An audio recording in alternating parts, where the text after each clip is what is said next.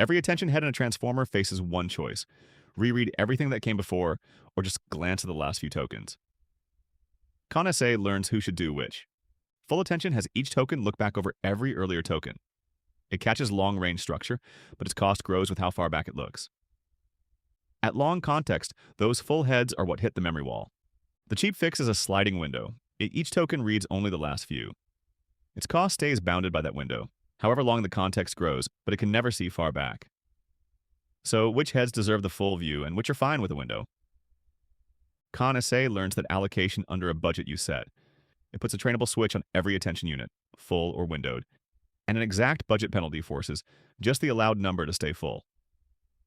Left to learn, it parks windows in the early layers and full attention in a block in the middle.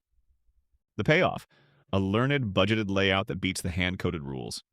And deciding per KV head, not per whole layer, works best.